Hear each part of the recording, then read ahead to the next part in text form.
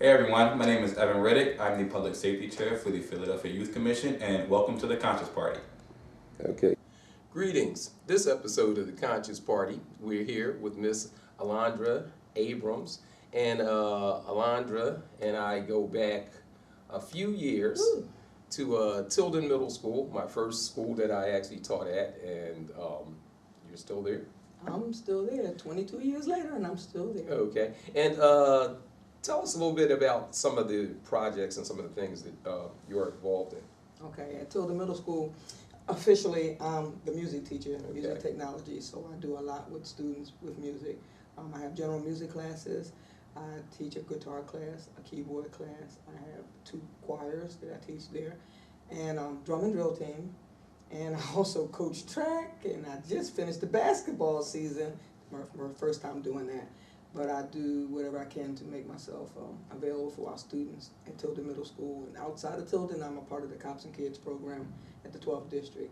Okay. Now, how do you find the time for all this? I don't know. It's just a blessing from God, I guess. He just, I like going, and even at nighttime, I'm thinking about what I can do different or better to reach another child that I may not have reached through some of the things that I'm doing. And my presence, I know that my presence makes a difference with my children, students that I teach.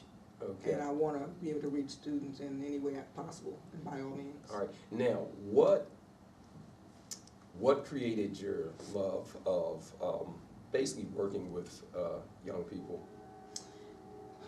My mother said I was doing that as a child. I was a little teacher going around. Okay. Always had kids around me, and I always loved working with children. It's been my passion.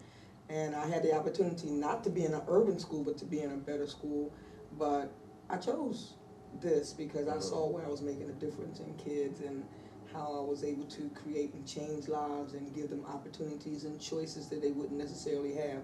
My personal children went to a very good music magnet school, and in that school they had every opportunity to be greater than what they were, and I wanted to make sure that our urban children had those same opportunities. I really couldn't see myself sending my own children to a music magnet school and having opportunities, and I'm a music teacher, and not be able to afford those same things. Okay. And one of the connections that we had my first year when I met was that, you know, I saw you doing a whole lot extra for the students. You were taking them on trips outside of the city, exposing them to a lot of different things. How can more people become like active in actually engaging the youth? I really think it's important that they are active and engaged in youth. Unfortunately, it has to be your passion. It has to be something that you want. You can't just say, I'm a teacher. Everybody can take that title teacher and take home a paycheck, but it has to be past that. It has to be where you see past your own needs and you see how you can make a difference. If that's what your desire is, then that's what you go after. It's not something that everybody can do. Everybody doesn't have that. Some people want to just get in, do what they have to do, and leave. But I'm not satisfied with that. I'm not satisfied with just coming in and saying that I put in my hours and I'm ready to leave. And most time I don't even leave on time.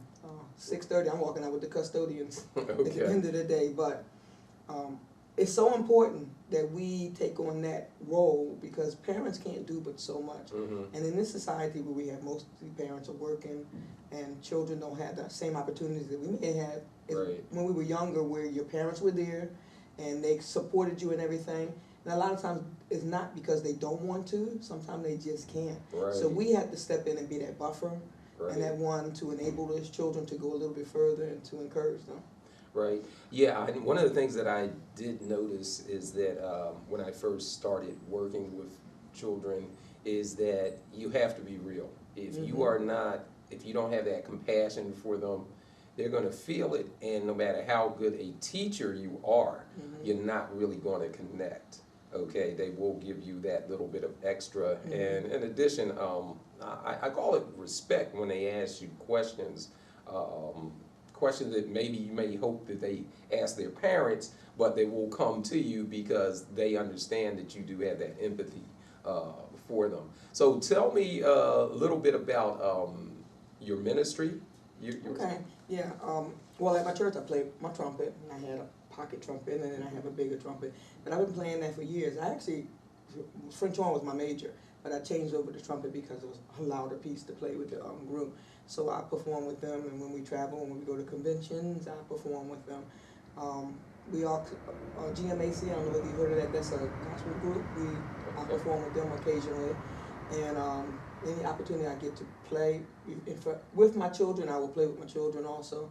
I do the radio broadcast at our church. We're on Gospel Highway 11. Okay. And then I do the video ministry. And this is something that I took on myself. It wasn't like it was something they asked me to do, but I saw where we're going into the 21st century, and we needed to get our broadcast out, and I wanted to make sure that it was perfected and better. So I took it on, which meant that I took on the cost of it too. Okay. What was my giving part. I give to the church by doing this, supplying the things that need, so that the ministry is run well. All right. So how can people support some of the work that you're doing? How can they contact you, or what are some of the programs that they can contact to engage with you? They can actually go to my ALA19530@AOL.com if they really are interested. At this time, because of our incident we'll talk about later that happened, I actually have a GoFundMe page up now to help get some more supplies that I need to keep the programs that I do going. I also have a community gospel choir that meets the first and the third Saturdays. And we're always looking for extra singers or anybody that wants to be a part of that. And that's all ages, all